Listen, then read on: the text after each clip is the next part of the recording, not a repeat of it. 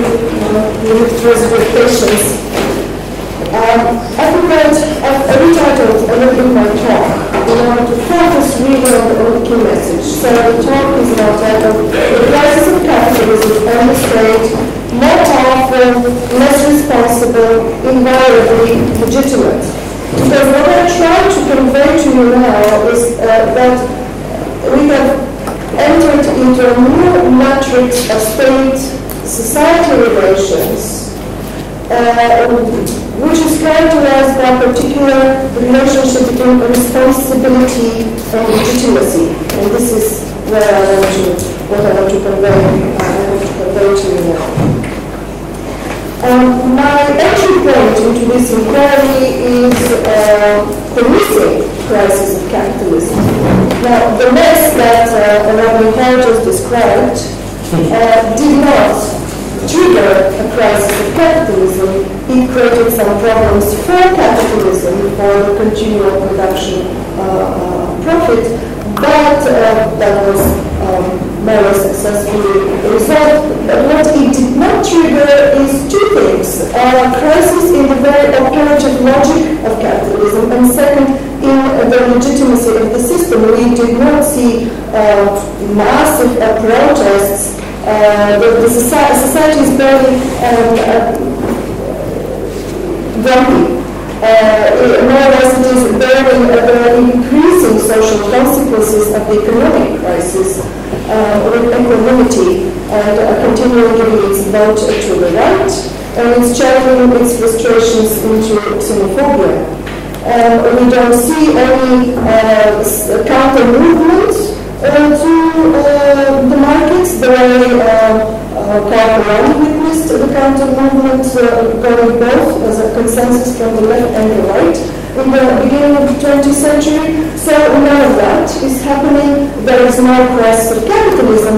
And actually this is a puzzle. I would be arguing that there is no crisis of capitalism exactly because the state-society relations or the legitimacy relationship between public authority and citizens has been altered in such a way as to exclude certain type of responsibility of the state, and therefore the state maintains its legitimacy, its authority, and so that would be my thesis.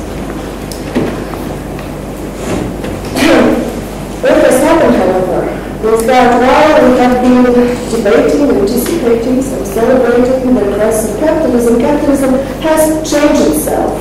It has entered into what I have described in some early publications, into its fourth sequential modality, and I don't mean that there are distinct lives and times of capitalism, but these are reconfigurations of a repertoire. There is certain continuity, and yet there are distinct reconfigurations. Just to remind you, in one sense, it is the fourth blueprint that is being placed on top of the previous three. We start with the 19th century entrepreneurial or liberal capitalism that was followed by the so-called organized capitalism of the post-World War II welfare state, organized capitalism, the cloud software, and others have used this term to describe it. And then the late 20th century, after the 70s, especially the 80s and 90s, we have disorganized or disorganization of capitalism, this neoliberal capitalism. And I'm arguing that since the turn of the century, we have entered into a new configuration which the current economic crisis helped consolidate but did not cause. I want to focus only on those features of this new modality that concern the new matrix of state-society relations and the issues of sovereignty that are implied in that relationship. So, the second point in describing that reconfiguration is the redefinition of state-market relations during the golden decade of neoliberal capitalism, that is the 80s and 90s. Then we have a slight alteration of the operative logic of capitalism from economic growth to a stress on global competitiveness. The policy agenda at that time started to be centered not on growth redistribution and macroeconomic policy that have been cornerstones of Keynesian economic philosophy and of the European welfare state, but on increased competitiveness in the global economy. At both EU member states and EU central level, public authority began to undertake action to enhance market efficiency, mostly by active liberalization and deregulation of the economy. So this global economic competitiveness became the top policy priority towards the end of the 90s.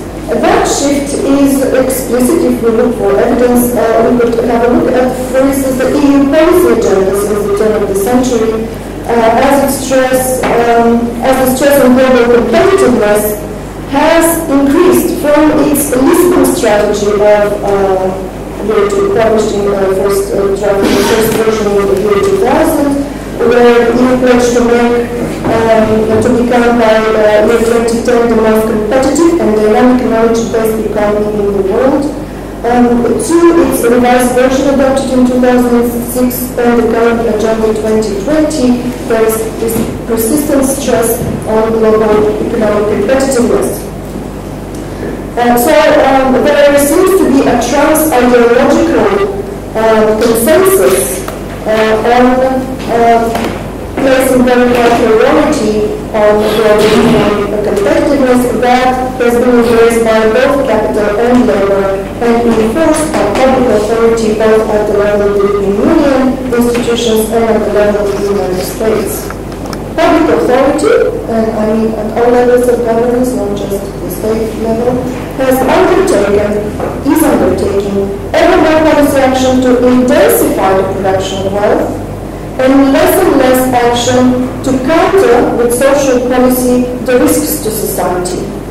This is particularly evident with regard to social policy in the European Union. EU integration has reduced the policy-making capacity of member states in welfare provision, while in recent, especially over the last decade, the EU central institutions are taking on more and more policy-making capacity, policy action in the field of welfare provision.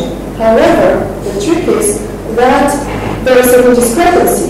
While the member states are losing, what the member states are losing in terms of capacity for social policy, for securing social rights, is not matched by an equal increase in the responsibility of EU to safeguard these rights. As a result, we have less and less public authority in charge of social policy. So there is a decrease in the body that is responsibilized to take care of social policy. As a result of that, the range and nature of responsibility of public authority has changed. At both EU and state level, overall, to give just a very large picture, public authorities undertaking ever more action to enhance market efficiency for the sake of global competitiveness, with dramatic increase of social risk. But this same public authority has ceased to assume responsibility for the generated risk. Rather than a retrenchment of the state, as we often hear in globalization debates, we have the new phenomenon of increase in the power of government bodies and their capacity to inflict social harm, while their responsibility for the social consequences of those policy actions is decreasing. This discrepancy between power and responsibility damages democracy, we might say, as the exercise of power becomes ever more autocratic, even if all rituals of democratic politics are meticulously performed. It's just the nature of power becomes more autocratic in a Kantian sense that makes a distinction between sovereignty and the form of exercise of power. So this discrepancy between power and responsibility should be eroding the authority of states, as Richard Sennett claimed in his book, The culture in capitalism, and could be exactly expected to be the trigger of the legitimation crisis of the system and mass revolts.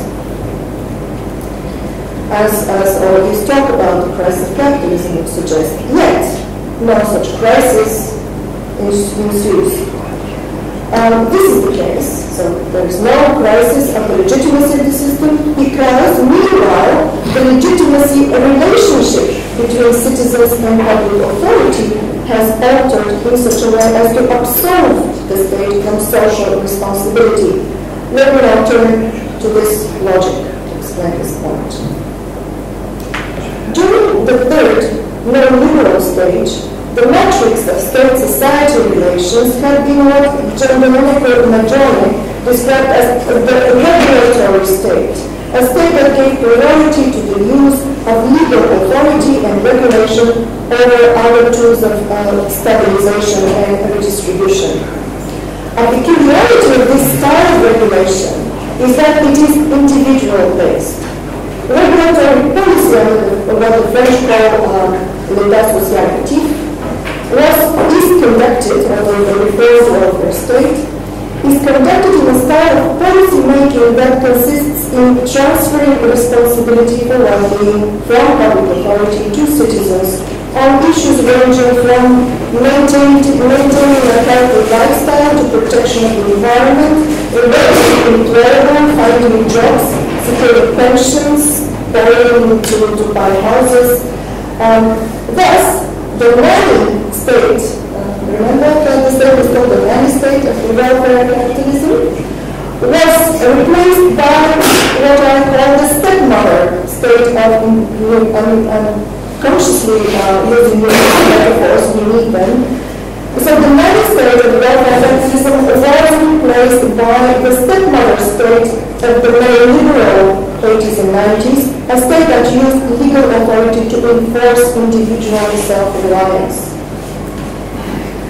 However, why are we in a fourth modality, fourth configuration? It's because I believe that the role of the state has shifted or altered even further in recent years to allow it to actively manage the distribution of opportunities and risk, and therefore to actively stratify society via a new type of intervention aiming to lend support to specific economic actors. We all witnessed the bailing out of banks, we couldn't miss that, but also the special support the state offered to specific sectors of the economy, specific businesses, for instance, the automotive business, the car producers. Before the crisis, it has been subsidizing in many ways the airway industry.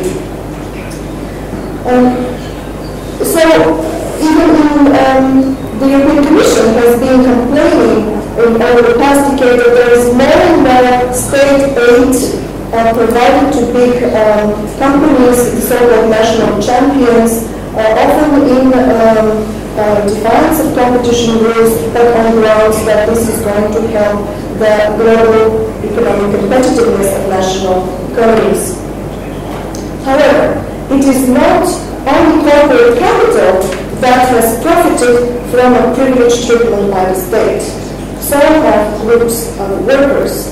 Illustrative of this development is, for instance, the recent move by the French government that introduced a month ago the idea to distribute a one-off payment to workers of €1,000. However, who profited as the state saw that purchasing power is dropping and with this new state budget, it felt it had to do something. So what the state did is to mandate this one-off payment to workers of €1,000. However, who profited from that are the workers of the let me see, in the largest publicly listed enterprises on the French stock exchange. So those corporations that make profit due to their exposure to the global economy. Left out are those working in the small and medium enterprises, public sector employees, and those on minimum wage, the so-called SMICA. So by force of these newly assumed distributive functions of public authority, which developed already before the economic crisis, a new matrix of state-societal relations has emerged. The overly protective land-state, and the stepmother state of the neoliberal 20th century, that is the state which takes its distance from society, has been replaced by the rich uncle state, one that readily intervenes to help select actors, to serve capitalists rather than capitalism, for the sake of competitiveness in the global economy. This, however, amounts to make inadvertent stratification of functions of the state. So indeed, status is back with vengeance, as Nicholas remarked this morning. What we have is a situation of a state-managed aggregation of risks and opportunities. That is why I call this form of capitalism aggregative capitalism. I'm open to suggestions for a better name, for a better metaphor. Previously, in a publication with Constellations, I called it reorganized capitalism to distinguish it from the disorganized one, but I'm still looking for a good term, a good metaphor. So the important thing is that the state intervenes and aggregates rather than compensates the losers of the game. It actually enhances the stratification. So if in the liberal modality of capitalism the state plays a market constitutive functions, for instance, while stabilizing contract network relations among actors, in the modality of organized capitalism, within the framework of the post-World War II welfare capitalism, it plays a remedying function. It uses regulation and redistribution to remedy social risk. In the third variable form, it lets the market assume more governing functions. But in this fourth modality, the state actively intervenes in order to enhance the global competitiveness of national economies, and as a result of that, it actively promotes social stratification. As a result, a new configuration of winners and losers has formed beyond the traditional divide between capital and labor.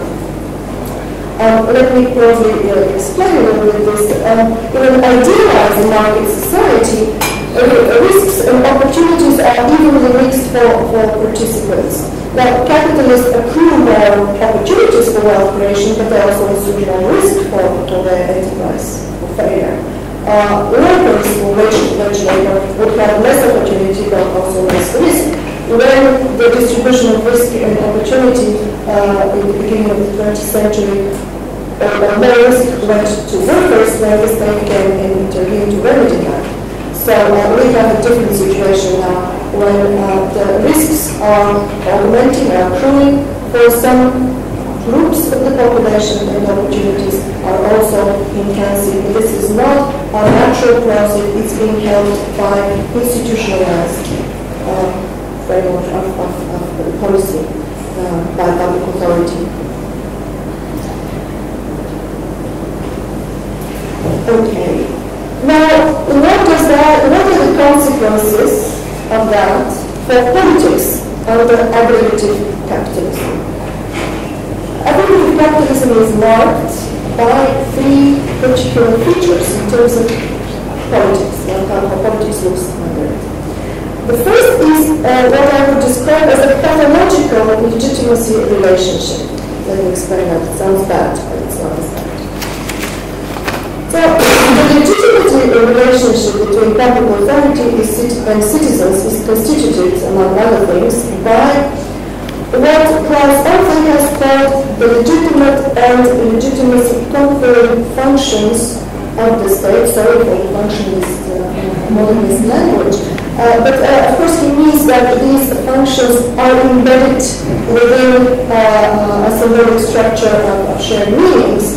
However, these are functions, or if you call them services, such as the defense of territorial integrity, wealth redistribution, safeguarding order. They change in history, but these are things that the citizens expect from public authority to deliver, and therefore they condition their obedience on the effective exercise of such functions. I'm not saying that this exhausts the legitimacy relationship, of course it's more complex, but at least at some point in history, these kind of a responsibilization of public authority with these things became part of the legitimacy relationship between citizens and public authority.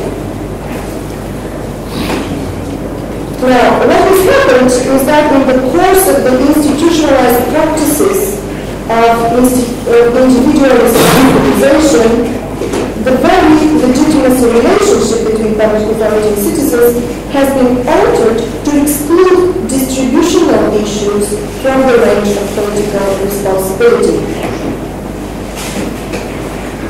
Such absolution of the state from its social responsibility is asserted even in measures that have most recently been intended to enhance social protection. I participated recently in the drafting, in the final stages of the drafting of the new European Charter on shared social responsibility that the Council of Europe is about to adopt.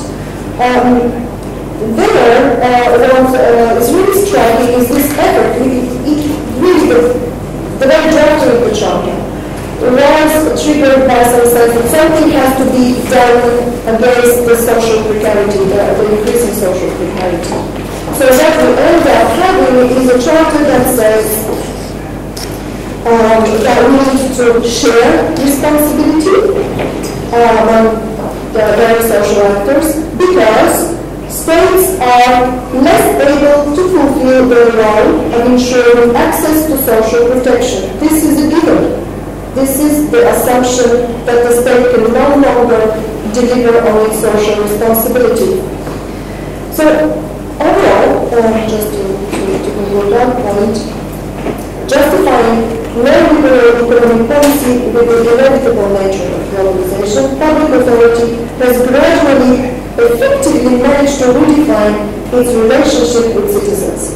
Market regulative functions linked to the provision of social rights, such as water redistribution or guaranteed employment, have exited this relationship. So what? There is no legitimacy crisis. No mass carry votes among the rampant economic crisis in advanced liberal democracies because the very legitimacy relationship has been altered to exclude measures of social safety from the range of public authorities' responsibility. Public authority can cause, therefore, social harm for which it does not assume responsibility, as the very publics who are suffering these effects, this harm, have absolved public authority of responsibility for causing it. One of the consequences, this is my second point in describing the face of politics under aggregative capitalism. One of the consequences from the transformation of the legitimacy relationship between public authority and citizens is the transformation of personal freedom into generalized anxiety. While some have celebrated the growing individual responsibilization as a form of emancipation, as to quote Ulrich Beck, as turning collective requirements into individual opportunities for choice, it seems to me that individual responsibility for well-being in the context of economic uncertainty that is typical of the current context yields on anxiety, thus engendering social pathologies rather than emancipation. Autonomy that imposes an overwhelming burden of responsibility on individuals for their well-being quickly decays from freedom into what Frank has described as fear of freedom. And that was another metaphor, in fact, to talk about some larger social pathologies of his time.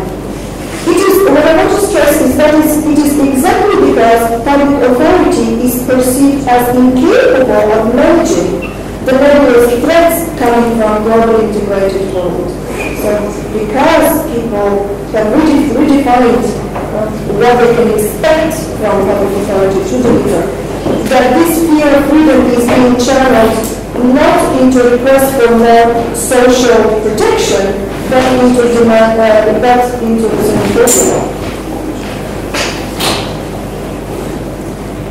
So this was a result in an upsurge of a novel type of xenophobia, what I have described elsewhere as economic xenophobia. In contrast to the old version, in which hostility to foreigners was cast in terms of protection of cultural and political sovereignty or national chauvinism, the foundation of xenophobia is now more explicitly economic. It is related to perceived threats to socio-economic well-being, especially job loss, brought about by the open border policies in the context of globalization. What I find important to note is that the basis of this economic xenophobia is not impoverishment. It started actually in the glorious 90s, in the wealthy 90s. And neither is it the gap between the growing gap between rich and poor, as is commonly claimed. The basis is economic insecurity, its uncertainty, its perception of threat to livelihood that is generally spread. This is actually in a novel era in European politics.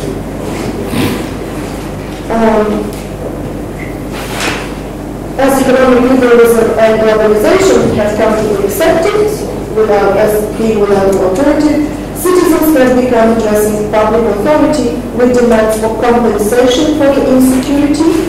Such demands for compensation range from curbing immigration, protection from pandemics, increased safety in public spaces, blocking new enlargement, or most brutally hostility to strangers. And the third parameter of politics under aggregative capitalism is the reconfiguration of the left-right axis of political conflict and ideological orientation into a new axis. I described this axis in my publications as opportunity risk axis that cuts across the left and the right and reconfigures it into new poles. Okay, in conclusion, it is not the inevitable hand of the market that is generating the anxieties haunting our societies. This generalized form of precarity, which is not just poverty, it's fear of losing the perspective of our lives. Behind the alleged inevitability of increased market freedom and decreased social protection stands a particular formula of policy making that has been adopted by public authorities at both the EU level and at member state level. First, this is the economic policy of productivity-focused jobless growth, and now jobless recovery. This formula of economic policy generates insecurity and anxiety even when it effectively generates growth. The second culprit, in terms of policy, is the politics of individual responsibilization that I talked about, which is turning citizens' declared rights to the pursuit of happiness, dressed in social entrepreneurship, where all supposed to be authors of our lives nowadays, into fear of freedom. Therefore, one of the struggles to be launched against the politics of fear now haunting Europe and beyond Europe would be to demand the social and economic responsibilization of public authority vis-à-vis citizens. Strategies of passive or active resistance, as they're fashionable now, subversion or even radical obstruction, or you can notice the recent rise of anarchist activity in Europe, are all missing the point. The thing to do is to force the state to do its job. Thank you. Yes.